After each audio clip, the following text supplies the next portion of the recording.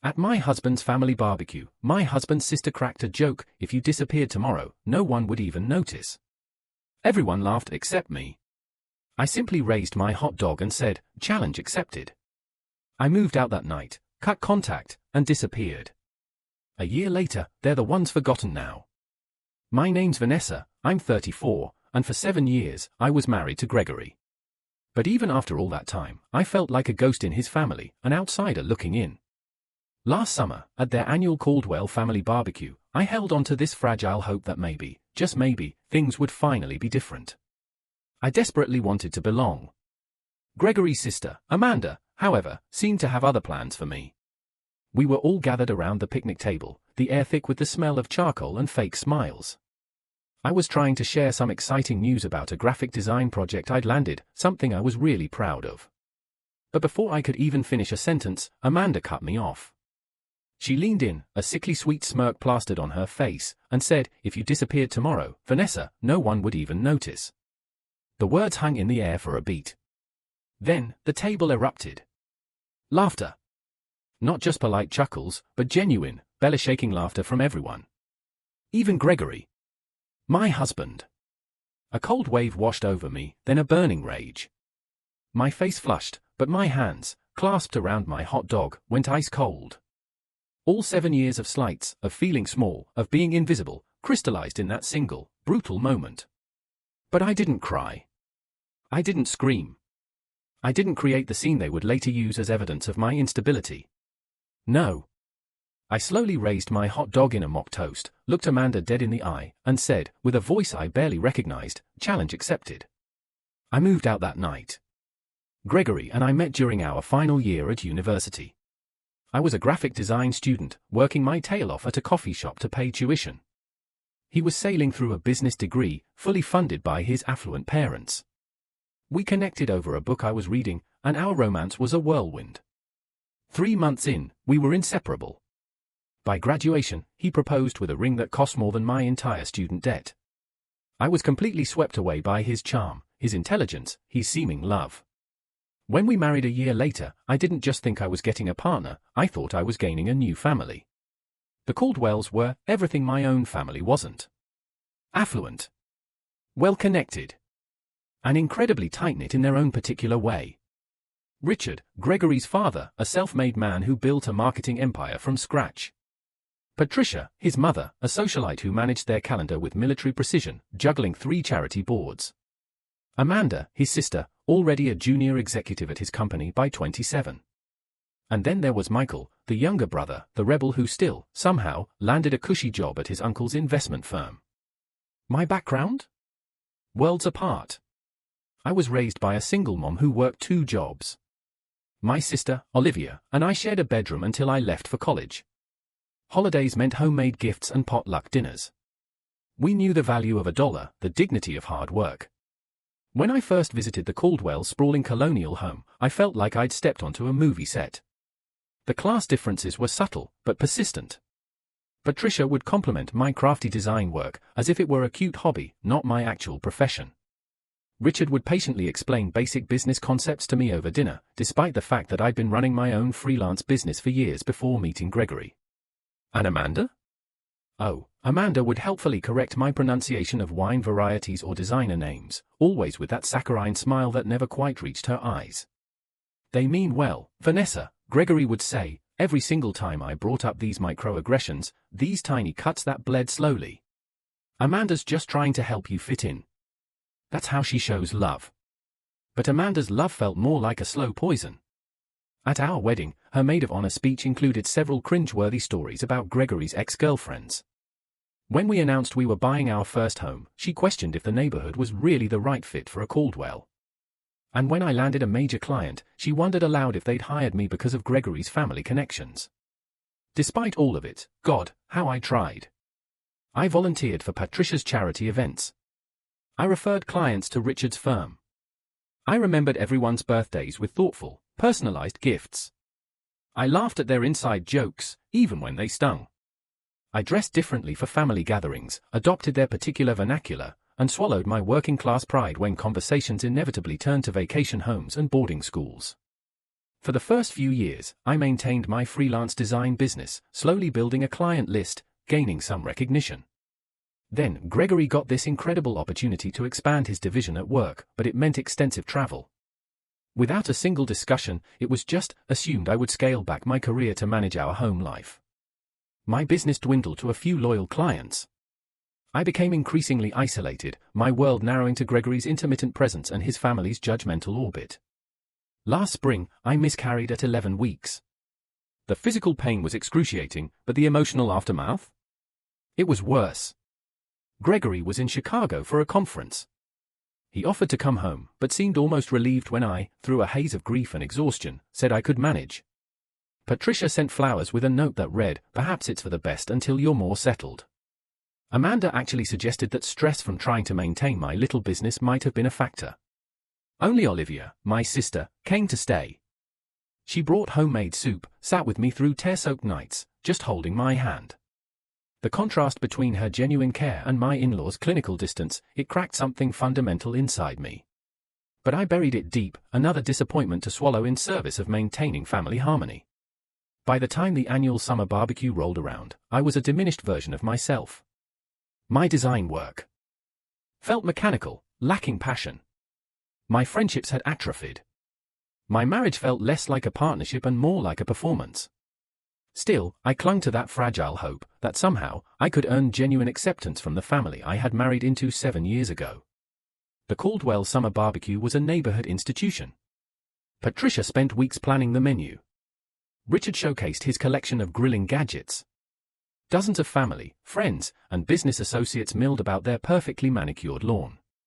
It was the event where family status was displayed, loyalties were confirmed, and outsiders were, well, identified. And despite all my years of marriage, I remained firmly in the outsider category. The morning of the barbecue, I spent 3 hours making my grandmother's strawberry shortcake. It was the one dessert that had actually received genuine compliments in previous years. Gregory was busy on calls, finalizing details for his upcoming business trip to Tokyo. When it was time to leave, he rushed me out the door, more concerned about being fashionably late than actually late. "Remember, Dad's unveiling his new imported smoker today," he reminded me as we drove. "Try to act impressed, even if you don't get why it's a big deal." I just nodded, clutching my dessert carrier on my lap, my sundress, bought specifically to match Patricia's preferred casual elegance dress code, already feeling tight across my shoulders. The Caldwell home bustled when we arrived. Caterers weaved through groups of guests. Richard, of course, was center stage on the patio, demonstrating his new smoker to an admiring crowd. Patricia floated from cluster to cluster, her laugh tinkling like expensive crystal. Then, Amanda spotted us. "Vanessa! That dress is so cheerful," she called out, air-kissing Gregory. She gave me a quick, dismissive once-over. "The kitchen's getting crowded, but I'm sure you can find somewhere to put your contribution." She swept Gregory away before I could even respond, linking her arm through his and launching into a story about running into his college roommate. I stood alone, dessert in hand, scanning the backyard for a friendly face. I made my way to the kitchen where Patricia was directing the catering staff with precise instructions. "Oh, Vanessa, dear," she said, noticing me hovering in the doorway. "You didn't need to bring anything. We have the patisserie handling desserts," she gestured vaguely toward the pantry. "But how thoughtful. Perhaps put it there for now." I placed my shortcake on a shelf already crowded with other contributions, from guests clearly not worthy of display. As I exited the kitchen, I overheard Patricia instructing a server to make room for Amanda's authentic tiramisu at the very center of the dessert table. The next 2 hours passed in a blur of polite smiles and truncated conversations. I'd start chatting with one of Gregory's cousins, only to have them pulled away by Patricia to meet someone important. I offered to help set up the buffet, but was told the caterers had a system. I tried joining a conversation about recent films, but couldn't get a word in edgewise.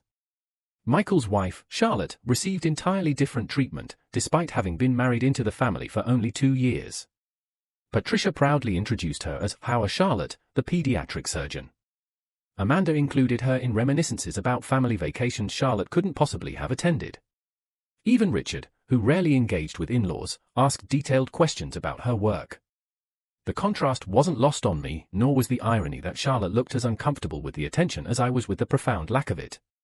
When lunchtime finally arrived, Gregory reappeared at my side, having spent the morning deep in conversation with his father's business associates.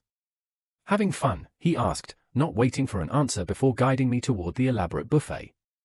We filled our plates and joined the main table on the patio. I ended up seated between Gregory's elderly uncle Frank, who was hard of hearing, and a space left open for Amanda, who was still serving herself. Gregory sat across from me, already engrossed in conversation with Richard about Japanese business etiquette. Amanda finally arrived, setting her meticulously arranged plate down and instantly commanding attention with an anecdote about a celebrity she'd spotted at her gym. Charlotte asked appropriate questions. Patricia beamed with pride. Even Frank shifted to hear her better. During a brief lull, I saw my opportunity. "I just finished a branding project for that new bakery downtown," I offered. "They're having their grand opening next weekend." Amanda's eyes narrowed slightly. "How nice. Is that the place with the tacky neon sign? I drove past it yesterday." "The signage is actually vintage-inspired," I explained, trying to keep my voice even. "The owners wanted to honor the building's history as one of the first. If you disappeared tomorrow," Amanda interrupted, with a theatrical sigh and a dismissive wave of her hand, "no one would even notice." That's how boring this conversation is. The table erupted. Laughter. Patricia tittered behind her napkin. Richard guffawed. Even Gregory chuckled, reaching for his beer. Frank, who likely hadn't heard the comment, joined in automatically. Sound surrounded me like cold water, shocking my system. I felt simultaneously hypervisible and completely invisible. My face burned, but my hands turned ice cold. In that moment, 7 years of accumulated slights crystallized into perfect clarity. But I didn't cry. I didn't storm off. I didn't create a scene that would later be recounted as evidence of my emotional instability. Instead, I raised my hot dog in a mock toast, met Amanda's gaze directly, and said, very clearly, "Challenge accepted." A brief, confused silence fell over the table. Amanda's smile faltered slightly. Gregory looked between us, sensing something had shifted, but utterly unable to identify what. Then Patricia chirped, "Who's ready for Richard to carve the brisket?" And the moment passed. For the remainder of the afternoon, I observed rather than participated. I watched how easily they all moved through their world of assumed privilege and belonging. I noted how Gregory seamlessly blended with his family, occasionally throwing me an absent smile. I catalogued every slight, every exclusion, every moment I was spoken over or around. Most importantly, I listened to the quiet voice inside me that had been whispering for years. Now, finally loud enough to hear, "You deserve better than this." By the time we gathered our things to leave, my decision was made. The only question remaining was how to implement it. The drive home from the barbecue stretched in silence. Gregory checked emails on his phone, occasionally reading aloud snippets about his Tokyo trip. I stared out the window, mental calculations already running beneath my outward calm. When we reached our driveway, he finally seemed to notice my unusual quiet. "Everything okay? You've been off since lunch." I considered my words carefully. Amanda's joke about me disappearing. Did you think that was funny? Gregory sighed, unbuckling his seatbelt. Don't start with this again. Amanda was just being Amanda. You know how she gets at family gatherings. You laughed, I said simply. It was a joke, Vanessa. Not everything needs to be analyzed to death. He got out of the car, effectively ending the conversation. That night, as Gregory slept soundly beside me, I stared at the ceiling, replaying not just the day's events, but the entire trajectory of our marriage. I thought about the bright, ambitious designer I'd been when we met. I remembered how confidently I'd handled clients, how passionate I'd been about my work, how deeply I'd connected with friends. Somewhere along the way, I'd started believing the subtle message the Caldwells had been sending, that I was lucky to be among them, that my inclusion was conditional upon my compliance, that my worth was determined by their assessment. I slipped out of bed at 2 a.m. and padded to my home office. I opened my laptop and began methodical research. Bank accounts. Apartment listings in Seattle, where Olivia lived. Transportation options. By dawn, I had a rudimentary plan. Gregory left for a morning golf game with Richard, kissing me absently on his way out the door.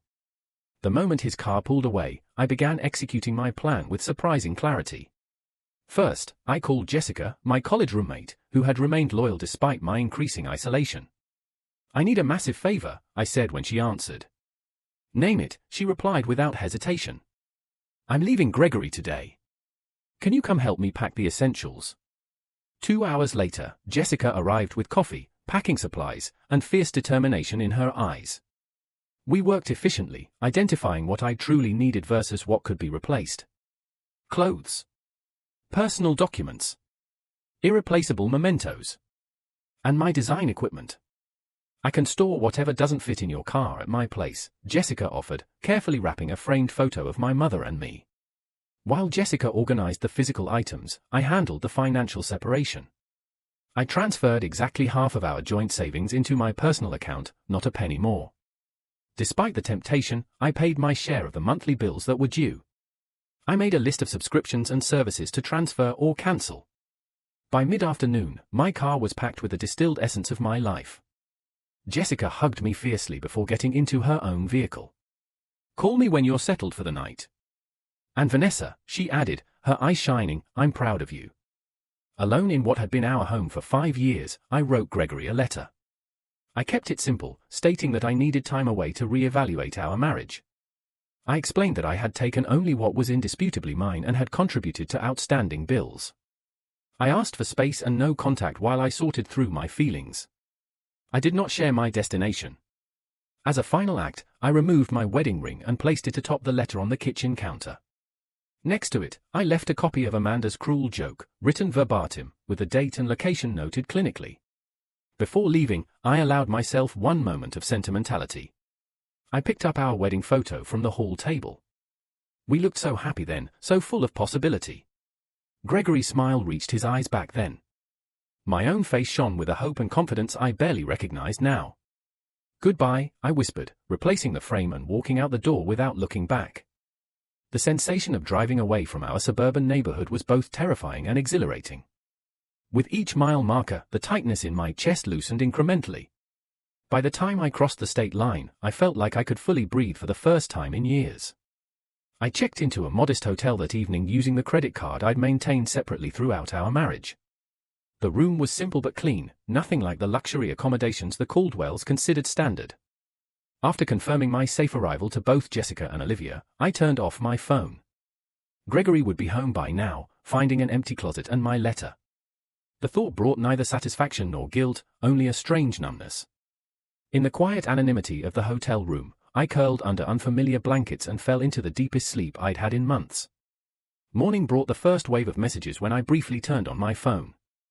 Gregory's communications evolved exactly as I'd expected, confusion, then irritation, then concern, then anger.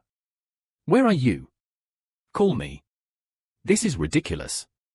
Come home so we can talk. Your mother is worried. At least let her know you're safe. You're being incredibly selfish right now. I have the Tokyo trip in 3 days. Fine. Take your space. We'll talk when I get back. Not once did he mention Amanda's joke or his laughter. Not once did he acknowledge any understanding of why I might have left. I sent a brief text to my mother, assuring her of my safety, but requesting privacy. Then I turned off my phone again and opened my laptop to search for longer-term accommodations in Seattle. The challenge had been accepted. Now came the hard part, disappearing not just physically, but untangling myself from the identity I'd constructed as Gregory Caldwell's wife. I was about to find out if Amanda was right, if my absence would go completely unnoticed, or if I could rebuild a life where my presence mattered, on my own terms. Seattle welcomed me with 3 days of continuous rain, as if washing away my old life. Olivia had found me a month-to-month furnished apartment in her neighborhood, a tiny studio with bay windows and creaking floors. After the sprawling suburban house Gregory and I had shared, the compact space should have felt claustrophobic. Instead, it felt like a snug cocoon. The building's nothing fancy, Olivia apologized as she helped me carry in my limited belongings. But the location is great, and the landlord doesn't ask too many questions. It's perfect, I assured her, running my hand along the worn but solid kitchen counter. It's just mine. That first week passed in a blur of practical arrangements. I opened a new bank account at a local credit union. I set up mail forwarding through Jessica rather than leaving a direct trail. I purchased a new phone with a Seattle area code. I created updated profiles on freelance design platforms, carefully curating my portfolio to remove work connected to Gregory's network. Gregory's messages continued, transitioning from anger to bargaining. "Whatever's going on, we can work through it," he wrote. "Just come home." I maintained my silence, not out of cruelty, but self-preservation. Every time I considered responding, I remembered the laughter around that picnic table, the years of subtle diminishment, the gradual erosion of my identity. Amanda posted a passive-aggressive Instagram story 2 weeks after my departure. "Family is everything. You can't choose who stays and who goes." The comments filled with heart emojis from various Caldwell connections. Gregory's mother called my mother, expressing theatrical concern while fishing for information. Michael's wife, Charlotte, sent a tentative text, "If you ever want to talk, I'm here." I responded to none of them. Instead, I focused on rebuilding. Jessica shipped the remainder of my belongings in unmarked boxes. I found a therapist specializing in family dynamics and marital trauma, scheduling weekly sessions that often left me emotionally drained, but incrementally stronger. "What Amanda said at the barbecue," Dr. Lewis commented during our 3rd session, "that wasn't the cause of your departure. It was the catalyst, the last straw." I agreed. "Tell me about the first straw," she prompted. That question unlocked a flood of memories, subtle digs disguised as helpful advice, achievements minimized, opinions dismissed, all while Gregory stood by, not malicious, but complicit in his silence. By month 2, I had secured 3 steady design clients through online platforms. The work wasn't particularly creative, mostly formatting ebooks and designing social media templates, but it paid the bills. More importantly, each completed project rebuilt my professional confidence. One rainy Tuesday, I walked into a local coffee shop and noticed a striking wall mural. The barista saw me admiring it. "Beautiful, right?" The owner commissioned it from a local artist, she explained while preparing my latte. "She's looking for someone to redesign our menu boards and promotional materials." An hour later, I was sitting with Eleanor Marshall, the owner, a woman in her 50s with silver-streaked hair and a straightforward manner I found immediately refreshing. "I don't care about your resume," she said, waving away the portfolio I'd pulled up on my tablet. "Show me your personal work, the stuff you do because you can't not do it." I hesitated, then navigated to a folder I'd barely opened in years. These were designs I'd created for myself, experimental, sometimes impractical, but authentically mine. Eleanor studied them in silence, occasionally zooming in on details. "You've been hiding," she finally said, looking up with sharp blue eyes. "These are good. Really good. But recent?" "No," I admitted. "I haven't done work like this in years." "Why not?" The question was simple, but struck like a physical blow. I found myself telling Eleanor an abbreviated version of my story, the creative passion I'd once had, the gradual sublimation of my style to suit the Caldwell aesthetic, the slow surrender of my artistic voice. Eleanor listened without interruption, then nodded once.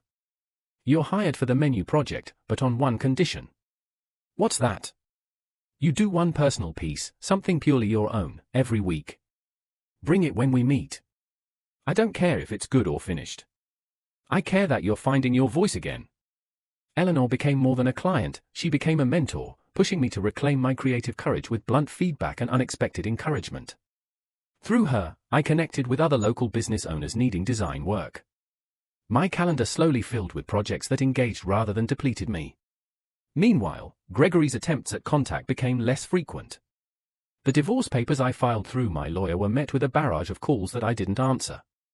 Eventually, his attorney connected with mine. The proceedings moved forward with clinical efficiency, Gregory's initial resistance giving way to resignation.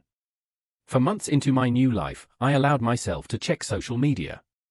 Gregory's profile showed him at a company event, smiling beside a woman I didn't recognize. Richard had posted about the Tokyo expansion, tagging Gregory with proud father emojis. Amanda shared multiple photos from a family dinner. Captioned, "Missing no one." The confirmation stung less than I expected. Amanda had been right, after all. My disappearance had barely caused a ripple in the Caldwell family pond. Somehow, this validation brought not pain, but liberation. I was no longer defined by their perceptions. 6 months to the day after leaving, I received the finalized divorce papers. Gregory had signed without contesting the straightforward division of assets. We'd negotiated through our lawyers, no alimony either way, a clean split of joint property, complete separation going forward. His only personal communication was a brief note, "I still don't understand, but I won't fight you anymore." That evening, I stood in front of my bathroom mirror and cut my hair, shedding the long style Gregory had always preferred for a modern bob that framed my face. The woman who stared back seemed both familiar and new, thinner perhaps, with faint lines around her eyes, but with a clarity of gaze I hadn't seen in years. By month 8, my design business had expanded enough to require a small workspace outside my apartment. I rented a desk in a cooperative creative studio, surrounded by other independent artists and entrepreneurs. For the first time since college, I had colleagues who valued my input and challenged my ideas on equal footing. When the anniversary of my departure approached, I no longer needed to check social media to know what the Caldwells were doing. They had receded from my daily thoughts, becoming characters in a story I'd lived through rather than active presences in my life. Meanwhile, my new world continued expanding. A branding project for a local artisan food company won regional recognition.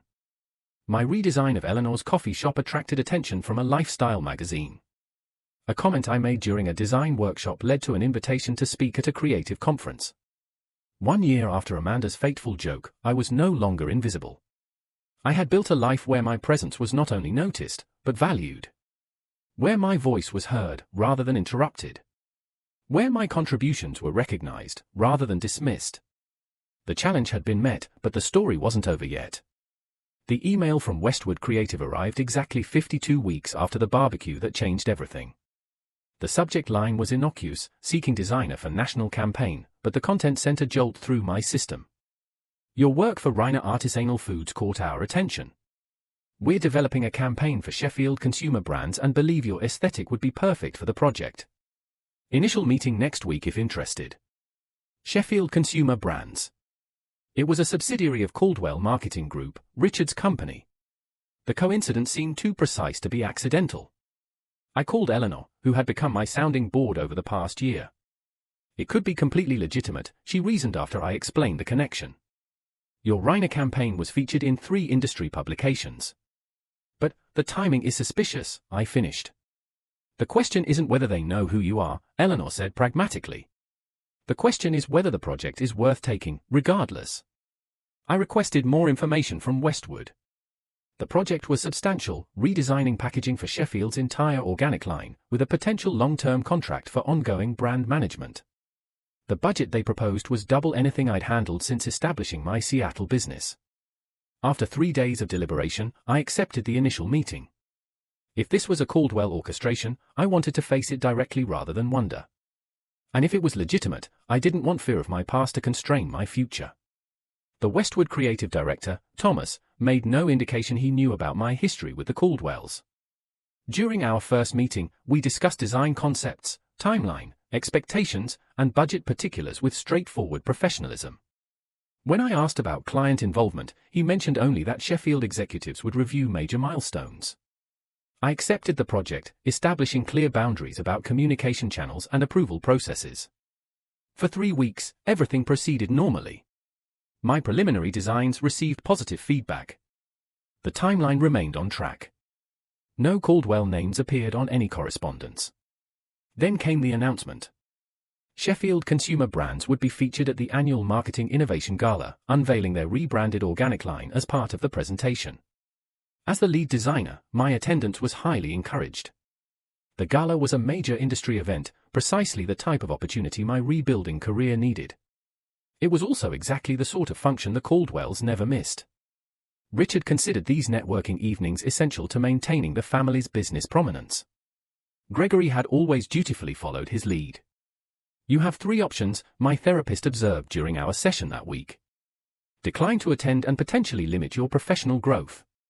Attend and attempt to avoid the Caldwells, which may prove stressful and ultimately futile. Or attend and prepare to engage with them on your terms. What would you do? I asked. Dr. Lewis smiled slightly. I'm more interested in what Vanessa today would do, as opposed to Vanessa from a year ago. The question lingered as I left her office. Last year's Vanessa would have either declined the event entirely, or attended as Gregory's apprehensive shadow, dreading Amanda's barbed comments and Patricia's conditional approval. But I wasn't that person anymore. The following morning, I emailed Thomas confirming my attendance. Then I made an appointment with a personal stylist recommended by Olivia, and set aside a portion of the Sheffield advance payment for an outfit that would serve as both armor and announcement. The evening of the gala arrived with unexpected calmness. I surveyed my reflection in the hotel room mirror. The woman staring back wore a tailored jumpsuit in deep emerald that managed to be both sophisticated and distinctive in a sea of expected black dresses.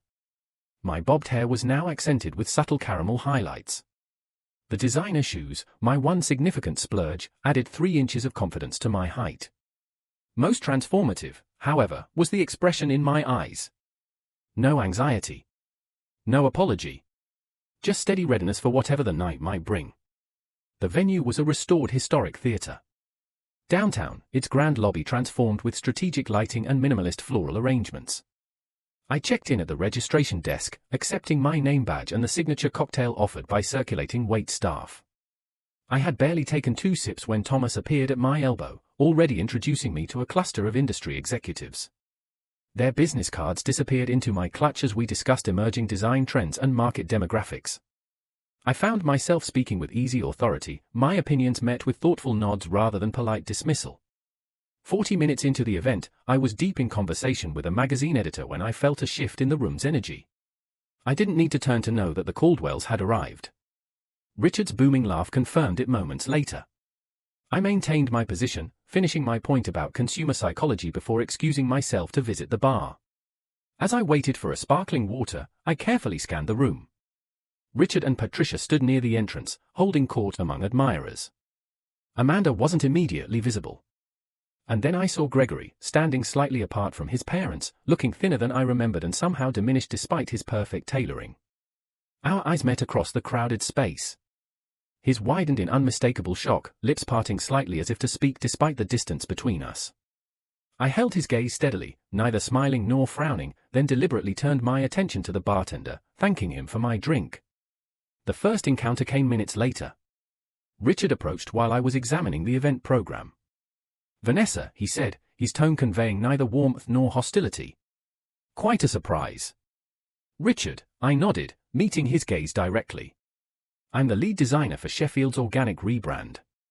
He blinked, momentarily disconcerted by my calm demeanor. I hadn't made the connection. Their creative is being handled externally through Westwood. Yes, I'm working with Thomas's team. The preliminary market testing has been quite positive. I spoke as I would to any client executive, professional and assured. "I see." He seemed to reassess me, noting the changes a year had brought. "Your work has evolved since you left." "Not evolved," I corrected with a small smile. "Returned to its authentic direction." Richard shifted uncomfortably. "Patricia is here somewhere. I'm sure she'd want to say hello." "Of course," I replied, neither encouraging nor discouraging the prospect. As Richard moved away, presumably to report his discovery to the family, I rejoined the Westwood team, seamlessly integrating into their conversation about upcoming presentation logistics. From the corner of my eye, I could see the ripple effect as Richard spoke to Patricia, whose perfectly maintained composure slipped momentarily as she sought me in the crowd. The Sheffield presentation was scheduled for the middle of the evening. As the time approached, Thomas guided me toward the staging area. We were nearly there when Amanda stepped directly into our path, her expression a complex mixture of surprise and calculation. "Vanessa," she said, her tone suggesting this oversight was somehow my fault, "no one mentioned you were involved with this project." "Amanda," I acknowledged. "I'm working with Westwood Creative." "Thomas, this is Amanda Caldwell, Richard's daughter." Thomas extended his hand. "Miss Caldwell, pleasure to meet you. Vanessa has been exceptional to work with." "You know her work," Amanda's smile tightened. "We're family, actually." "Or were." "How nice," Thomas replied non-committally. "Excuse us. We need to prepare for the presentation." As we walked away, Thomas glanced at me questioningly, but respected my privacy enough not to pry. I appreciated his professionalism more than he could know. The presentation itself passed in a focus blur. I spoke about design philosophy and consumer connection, demonstrated key elements of the rebranding strategy, and answered questions with composed expertise. The audience response was overwhelmingly positive, with several spontaneous rounds of applause. From my position on stage, I could see the entire Caldwell family seated together near the front. Patricia maintained a neutral expression throughout. Richard nodded occasionally at particularly impressive metrics. Amanda whispered something to the woman beside her, her face unreadable. Gregory watched me with undisguised intensity, his eyes never leaving my face. After the formal presentation concluded, I was immediately surrounded by attendees with questions and compliments. Business cards were exchanged, potential opportunities mentioned, connections established. This professional validation, earned entirely through my own merit, felt like the sweetest possible vindication. Eventually, the crowd thinned as people moved toward the dinner portion of the evening. I was gathering my presentation materials when Gregory finally approached, alone. "You look well," he offered, hands tucked awkwardly in his pockets. "Thank you," I replied simply. "I didn't know you were in Seattle." "That was intentional," I said. He nodded, accepting this truth. "Your presentation was impressive. You always were talented." "I always am talented," I corrected gently. Present tense. Gregory looked down, then back up with unexpected directness. "I've thought a lot about what happened. About Amanda's joke and everything before that. I didn't understand at first, but this past year has been." He paused, searching for words. "Clarifying." "I'm glad to hear that," I said, meaning it. "I miss you," he admitted quietly. The words hung between us, once so desperately desired, but now arriving too late. I felt no triumph in his regret, no vindictive pleasure in his loneliness, just a calm certainty that I'd made the right choice. "I need to join my team for dinner," I said, neither cruel nor encouraging. "Will you be at tomorrow's workshop?" "Yes, I'm presenting the digital integration segment," I nodded. "Maybe we could get coffee afterward?" "Just to talk." I considered his request, weighing my own emotional landscape. "I can spare half an hour," I conceded. Professional courtesy. Relief flickered across his face. "Thank you." As I turned to leave, Patricia appeared at Gregory's elbow, her social smile firmly in place. "Vanessa, darling, what an absolute delight to see you thriving." Her words were perfect. Her tone betrayed her discomfort. "Patricia," I acknowledged. "I hope you're well. We've all missed you at family gatherings," she continued, the practiced lie falling easily from her lips. "No one makes strawberry shortcake quite like yours." The old Vanessa would have accepted this olive branch, however disingenuous. The new Vanessa held her ground. "That's interesting," I replied pleasantly. I recall my shortcake being relegated to the pantry while Amanda's tiramisu took center stage at the last gathering I attended. Patricia's smile faltered briefly before recovering. "A simple misunderstanding, I'm sure." "Multiple simple misunderstandings over 7 years," I agreed, maintaining my pleasant tone. How fortunate that I now work in environments where such misunderstandings rarely occur. Before Patricia could respond, the event coordinator announced dinner seating. I excused myself with polite finality, joining the Westwood team at their assigned table across the room from the Caldwells. The remainder of the evening passed without further direct interaction, though I occasionally caught Gregory watching me from afar. As the event concluded, I declined the team's invitation for after-party drinks, preferring the quiet completion of returning to my hotel room alone. In the tranquil privacy of my room, I kicked off my designer shoes and stood at the window overlooking the glittering city. The confrontation I'd half dreaded for months had come and gone, leaving me not depleted, but strengthened. I had faced the Caldwells not as an apologetic outsider, but as a successful professional in my own right. Amanda's challenge, "If you disappeared tomorrow, no one would even notice," had precipitated not just my physical departure, but a complete reinvention. The final irony was that by disappearing from their world, I had become more visible in my own. The morning after the gala dawned with unexpected sunshine streaming through my hotel room curtains. I prepared for the day's workshop with methodical focus, selecting a professional but comfortable outfit and reviewing my presentation notes over room service coffee. The Sheffield marketing workshop was being held in the hotel's conference center, a more intimate setting than the previous night's gala. As I arranged my materials at the presenter table, I spotted Richard engaged in intense conversation with Thomas near the refreshment station. Their discussion appeared businesslike, but not tense. Occasionally, Richard would nod or gesture toward the product displays. Attendees gradually filtered in, networking over pastries and coffee before finding seats. I was reviewing my slide deck one final time when Amanda entered, scanning the room with calculated casualness until her gaze landed on me. After a moment's hesitation, she approached, coffee cup clutched, perhaps too tightly. "Good morning," she offered, her tone carefully neutral. "Thomas speaks very highly of your work." "Thomas is an excellent creative director," I replied. "The entire Westwood team has been exceptional." Amanda shifted her weight slightly. "I didn't realize you'd established yourself in Seattle. Your presentation last night was impressive." Coming from Amanda, this reluctant acknowledgement was practically effusive praise. I thanked her with simple courtesy, neither overreacting to the compliment nor dismissing it. "Father is considering bringing the entire Sheffield account in-house after this campaign," she continued, watching me closely. "He's been impressed with the direction." I understood the subtext immediately. If Sheffield became a direct Caldwell marketing client, my work would either disappear or be attributed to their in-house team. The old insecurity flickered briefly before I extinguished it. "That would be Richard's prerogative as Sheffield's parent company," I said evenly. "However, Westwood has contractual provisions regarding creative attribution that are quite specific. Thomas is particularly careful about protecting his designer's work." Amanda's expression tightened almost imperceptibly. Before she could respond, the workshop facilitator called for everyone to take their seats. Our conversation ended with mutual professional nods, a far cry from our last interaction over hot dogs and cruel jokes. The morning sessions proceeded efficiently, with presentations on market analysis and consumer demographics. My segment on digital integration strategies was scheduled just before the lunch break. As I took the podium, I noticed Gregory slipping into the back of the room, clearly having timed his arrival for my presentation. I delivered my content with confident expertise, demonstrating how the packaging designs incorporated augmented reality features and seamlessly connected to the broader digital ecosystem. The question period afterward was lively, with engaged participants and thoughtful discussion. When Richard himself asked about implementation timelines, I answered with specific benchmarks already agreed upon with the Sheffield team. As attendees broke for lunch, Gregory made his way toward me, but was intercepted by a Sheffield executive with urgent questions. I used the opportunity to step outside for fresh air, needing a moment away from the Caldwell gravitational pull. The hotel's courtyard garden provided a quiet respite.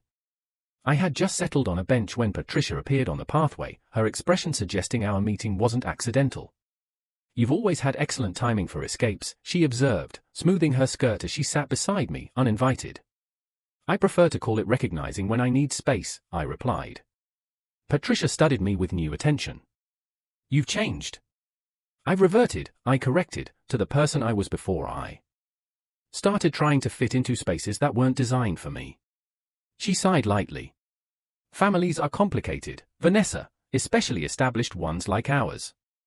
There are expectations, traditions, ways things have always been done." "I'm aware," I said. "I spent 7 years observing those traditions. 7 years trying to meet those expectations. Perhaps we weren't always as welcoming as we could have been," Patricia conceded.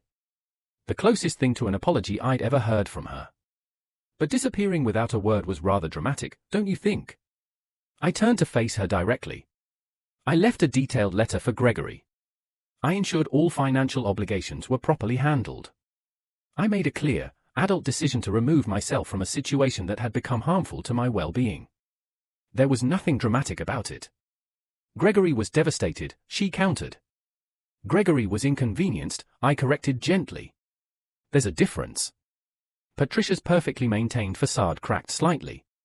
"You have no idea what this past year has been like for him. For all of us." "You're right," I acknowledged. "Just as you have no idea what the previous 7 years were like for me." We sat in tense silence for a moment before I continued. "But I'm not interested in exchanging pain metrics, Patricia. That's not why I'm here. I'm here because I'm good at what I do, and my work has value to Sheffield's campaign." Something shifted in Patricia's expression. Not quite respect, but perhaps a new awareness. "You always were stubborn." "Determined," I countered with a small smile. Another distinction worth noting. As we headed back toward the conference center, Patricia asked an unexpected question. "Will you be at the closing dinner tonight?" "Yes, Westwood has a table." She nodded thoughtfully. "The salmon is usually excellent." It was such a normal, mundane observation, the kind mothers-in-law typically share with daughters-in-law, that it momentarily disoriented me. I murmured agreement as we rejoined the workshop, separating to our respective tables. The afternoon sessions focused on implementation strategies. I participated actively, but maintained professional distance, neither seeking nor avoiding the Caldwells. As the workshop concluded, Gregory finally managed to approach me directly. "Still up for coffee?" he asked, a hint of uncertainty in his voice. "Yes," I agreed. "There's a shop in the lobby." We walked together in silence, the familiarity of his presence beside me both strange and nostalgic. Once seated with our drinks, his usual Americano, my latte, ordered without need for discussion, the awkwardness intensified. "Seattle suits you," he finally offered. "It does," I agreed. "The creative community has been welcoming." Gregory traced the rim of his cup. "I've been in therapy since you left. Dad thought it was unnecessary, but..." He shrugged. "It's been helpful." This surprised me. Gregory had always dismissed therapy as paying someone to tell you what you want to hear. "I'm glad," I said sincerely. "My therapist helped me understand some things about our marriage. About my family." He met my eyes directly. "About how I failed to see what was happening to you because it was easier not to." The acknowledgement was unexpected and disarming. For a moment, I glimpsed the man I had fallen in love with, thoughtful, capable of growth, willing to examine himself. "Thank you for saying that," I replied quietly. "I didn't stand up for you," he continued. "Not against Amanda. Not against Mom. Not even against my own expectations that you would just adapt to whatever the family needed." "No, you didn't," I confirmed without answer. I thought a lot about that barbecue. About Amanda's joke, and how everyone laughed. How I laughed. He swallowed hard.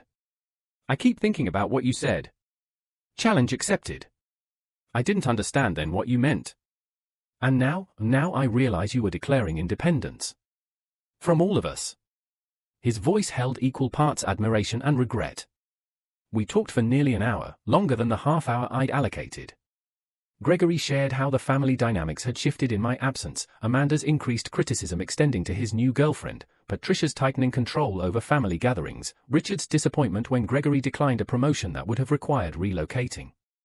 "I'm seeing everything differently," he explained, like someone adjusted the contrast on a photo I've been staring at my whole life. When our coffee cups emptied, we both recognized the natural conclusion of our conversation. As we stood to leave, Gregory asked the question I'd been expecting. "Is there any chance for us?" "Not right away, but eventually." I considered his face, once the center of my world. I felt affection, compassion, even a whisper of the old attraction. But the tether had been severed, not just by Amanda's joke or my departure, but by the year of growth that followed. "I think we both needed to become different people," I said gently.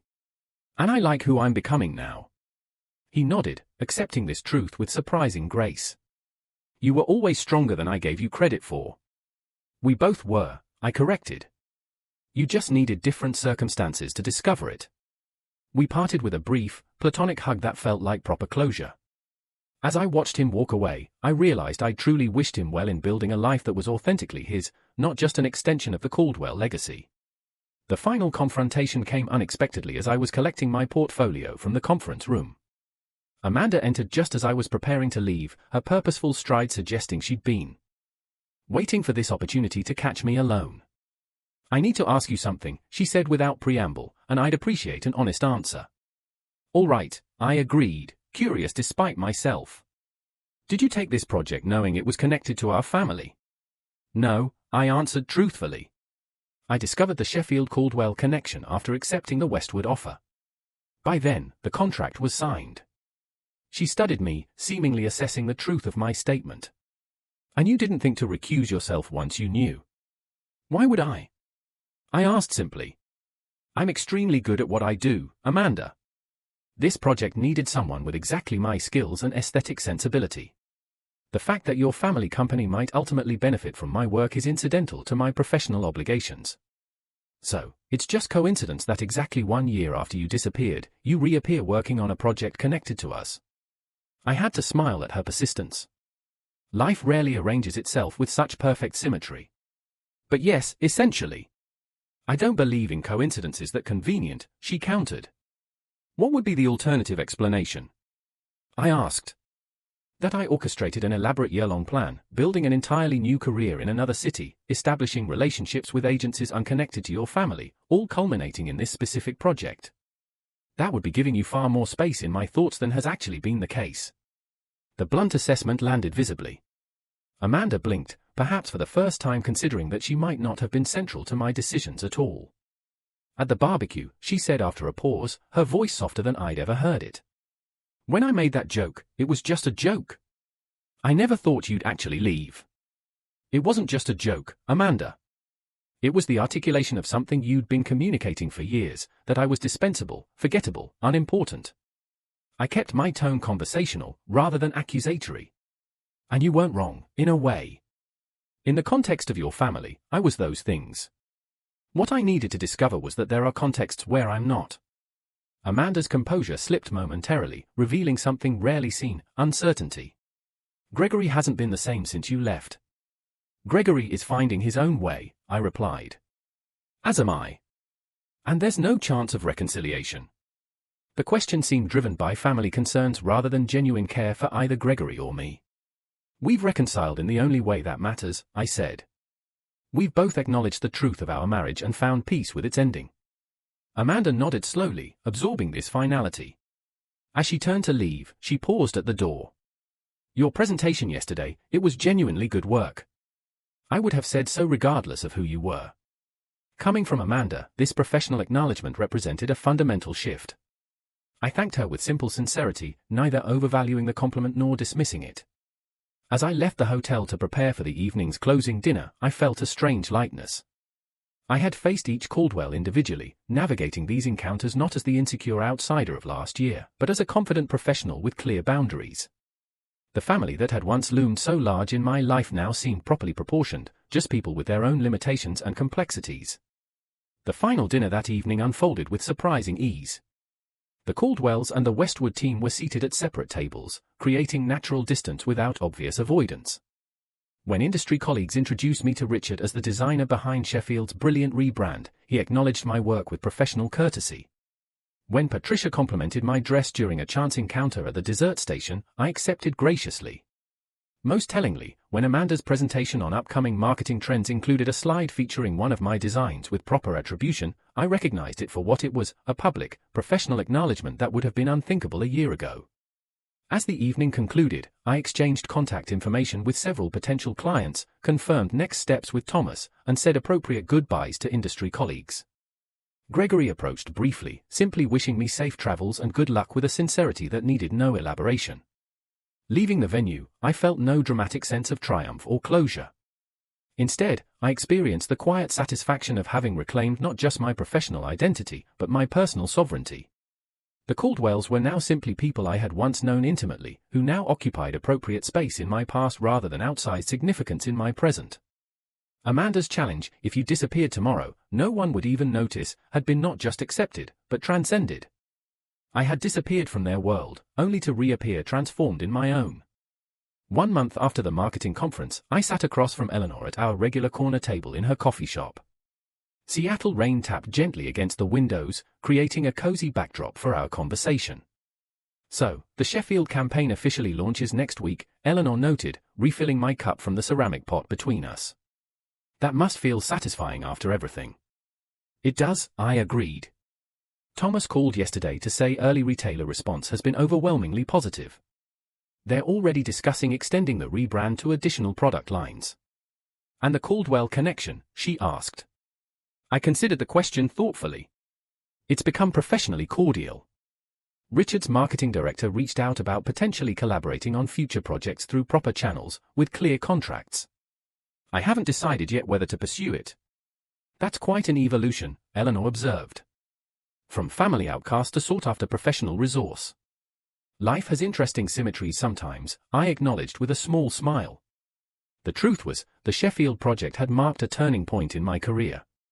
The visibility of the campaign had attracted attention from other potential clients. My portfolio now included work that reflected my authentic design voice rather than watered-down compromises. Most importantly, I approached each opportunity with clear boundaries and confidence in my value. The divorce had been finalized with surprising smoothness. Gregory had been fair in the financial settlement, even generous in certain aspects. We maintained no direct contact, but our respective lawyers reported professional cooperation throughout the process. My only personal request, keeping my original engagement ring that had belonged to my grandmother, rather than the Caldwell family diamond Gregory had later insisted I'd upgrade to, was granted without argument. My regular therapy sessions with Dr. Lewis continued, though we had reduced the frequency from weekly to bi-weekly. Our conversations had evolved from processing acute emotional trauma to exploring healthier patterns for future relationships and continued self-discovery. The interesting thing about healing, Dr. Lewis had noted in our last session, is that it's rarely a return to your previous state. It's a transformation into something new that incorporates the experience without being defined by it. This observation resonated deeply as I navigated my reconstructed life. I wasn't trying to recapture who I'd been before meeting Gregory. I was integrating that younger self's passion and confidence with the wisdom and boundaries hard-earned through difficulty. Jessica visited Seattle for a long weekend, marveling at the changes in both my external circumstances and internal landscape. "You laugh differently now," she observed during a hike through Discovery Park. "More from your belly, less from your throat." "That's oddly specific," I teased. "But accurate," she insisted. "You used to laugh like someone who needed permission. Now you laugh like someone who's giving herself permission." These subtle transformations accumulated gradually. I found myself speaking up in creative meetings without rehearsing my thoughts. I began dating casually, nothing serious yet, but enjoying the simple pleasure of connecting with interesting people without need for immediate definition. I joined a community garden and discovered unexpected joy in growing tangible, living things. An unexpected development came in the form of a friendship with Charlotte, Michael's wife. She reached out via professional email, ostensibly to inquire about design services for a pediatric clinic she volunteered with. Our initial coffee meeting evolved into genuine connection based on shared experiences as Caldwell outsiders and mutual professional respect. "Amanda is actually taking parenting classes," Charlotte revealed during one of our lunch meetings. "She's pregnant and determined not to repeat family patterns." The news surprised me, and not just the pregnancy, but Amanda's self-awareness. "That's encouraging. People can change when properly motivated," Charlotte observed. "The family dynamic shifted after you left, made some things visible that had been conveniently ignored. Whether my departure had been catalyst or merely coincidence, I took no particular credit for these evolutions. The Caldwell's journey was their own, just as mine was mine." 6 weeks after the marketing conference, I was selecting produce at a farmer's market when I heard a familiar voice. Amanda stood at the next stall, examining artisan cheese. Her pregnancy was visible now, creating a softer silhouette against her typically tailored appearance. Our eyes met with mutual recognition. After a moment's hesitation, she approached. "Vanessa, I didn't know you shopped here." "Every Saturday," I confirmed. "They have the best heirloom tomatoes in the city." The awkwardness between us was palpable, but not hostile. We exchanged brief pleasantries about the market, the weather, the upcoming product launch. Then Amanda surprised me with unexpected directness. "I've been thinking about what you said at the conference, about contexts where you're dispensable versus valued." She adjusted her bag uncomfortably. "I'm discovering something similar in preparing for motherhood. Everyone has advice about who I should become, how I should change. It's illuminating. Contexts shape us," I acknowledged. "But they don't have to define us." Amanda nodded thoughtfully. "The parenting class Charlotte probably told you about, it's helping me recognize some patterns, things I never questioned because they were just normal in our family." I heard the unspoken comparison to my own journey of recognition and separation. "Self-awareness is powerful," I offered. "Yes." She hesitated, then added with uncharacteristic vulnerability, "I don't want my child to ever feel like they need to disappear to be seen." The admission revealed deeper reflection than I would have credited Amanda with a year ago. I didn't offer easy absolution, our history was too complex for that, but I did offer simple human acknowledgement. That's a good place to start. We parted with no dramatic reconciliation, no promises of future connection, just a moment of genuine communication between two adults sharing a brief intersection in life's journey. Walking home with my market purchases, I reflected on the strange trajectory that had brought me from the Caldwell barbecue to this present moment. The challenge Amanda had unknowingly set, "If you disappeared tomorrow, no one would even notice," had indeed been the catalyst for profound transformation. I had disappeared from a life where I was diminished, only to reappear in one where I was valued. I had lost a family that required my conformity, only to build a community that celebrated my authenticity. I had abandoned security that came with compromise, embracing instead the uncertain adventure of self-determination. Last week, I had closed on a small house near the water, nothing grand by Caldwell standards, but perfectly suited to my needs and purchased entirely through my own earnings. As I arranged my furniture and hung artwork selected solely for my own pleasure, I experienced a profound sense of having created not just a home, but a life genuinely my own. The greatest irony of Amanda's cruel joke was that disappearing had made me more visible than I'd ever been, to colleagues who valued my creativity, to friends who appreciated my authentic self, and most importantly, to myself. The challenge had been not just accepted, but transformed into an unexpected gift. That evening, as the Seattle skyline glittered against the darkening water, I opened my journal and wrote the reflection that had been forming for months: sometimes we must disappear from others' narratives to discover our own. The most powerful response to being unseen is not demanding vision from blind eyes, but finding the context where our true selves are not just visible, but celebrated. The opposite of disappearing isn't being noticed. It's becoming so fully present in your own life that external validation becomes unnecessary. The woman who had raised a hot dog in Defiant Toast 1 year ago could never have imagined the journey ahead. The woman writing these words could never return to who she had been. And in that transformation lay not tragedy, but triumph. The quiet, sustainable victory of reclaiming one's own life. So, tell me, have you ever had a moment when someone's cruel words actually pushed you to make a life-changing decision? I really want to know.